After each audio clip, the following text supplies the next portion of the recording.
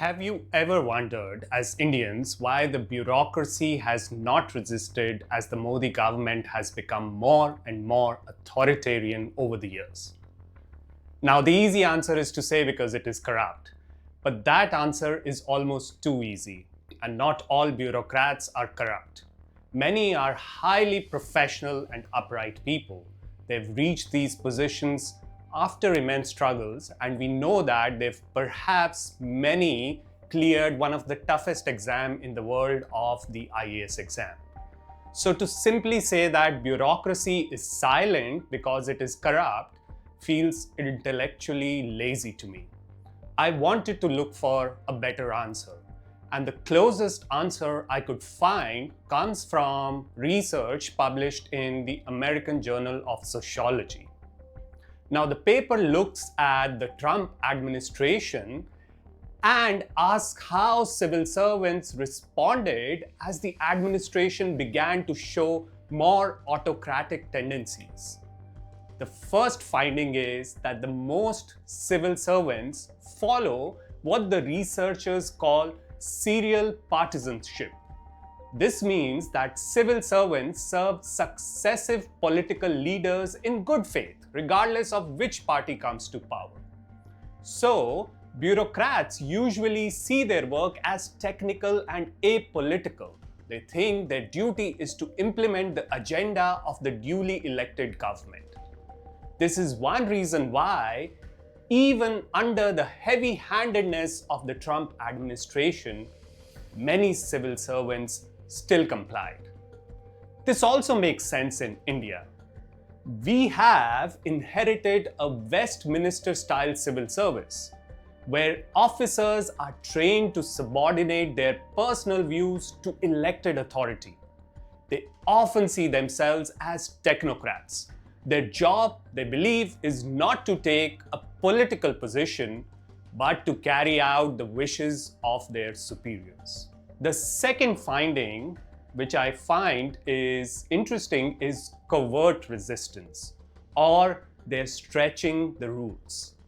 This is harder to observe because these tactics are under the radar. In the US, for example, some employees working on environmental policy removed direct reference to climate change from official documents. Instead, they use softer words like community resilience or efficiency.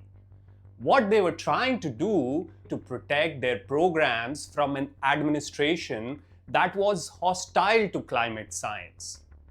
In India, these tactics are difficult to document, but it is possible that some bureaucrats also resist quietly. They may drag their feet, they may sit on the files, they may soften policy language. They may delay implementation when they feel a decision is too extreme or politically motivated. The third finding is the narrowing of voice. Normally, civil servants can raise concerns internally. They can say that a policy may not be legally, ethically, or administratively sound. But under a more aggressive government, even professional feedback becomes risky. Dissent starts being treated as disloyalty. In India, we know the language: anti-national, anti-government, and part of a conspiracy. A good example of loyal opposition is Viral Acharya, the former RBI deputy governor.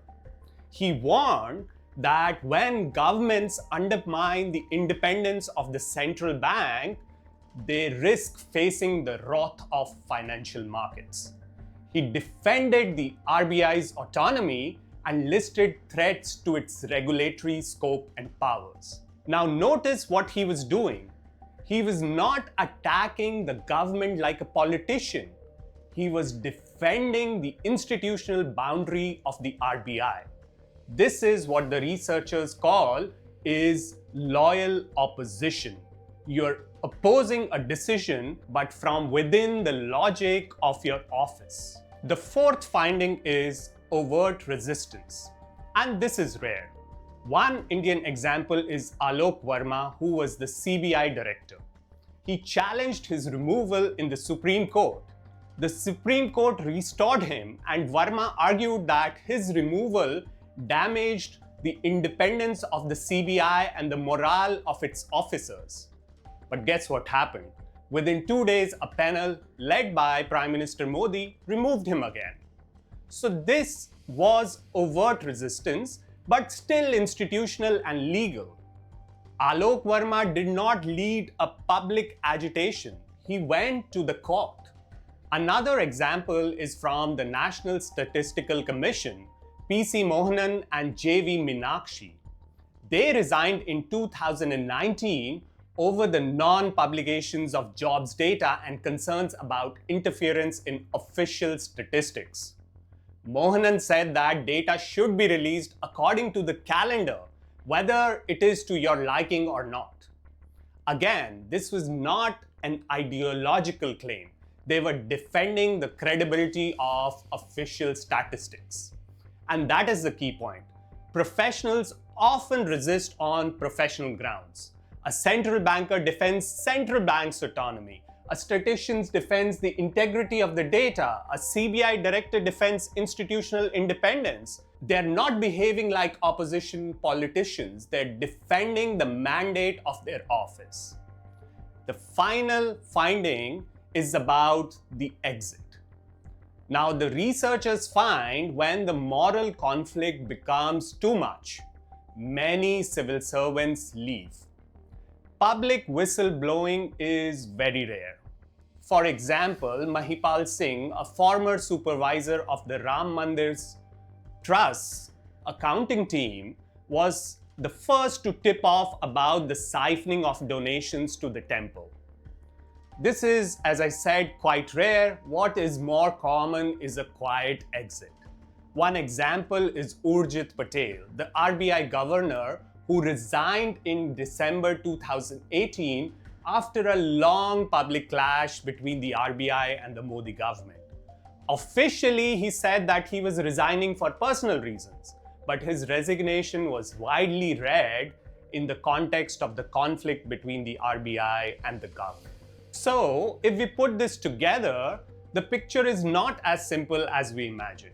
It is not that all bureaucrats are corrupt. It is not that all bureaucrats are brave resistors.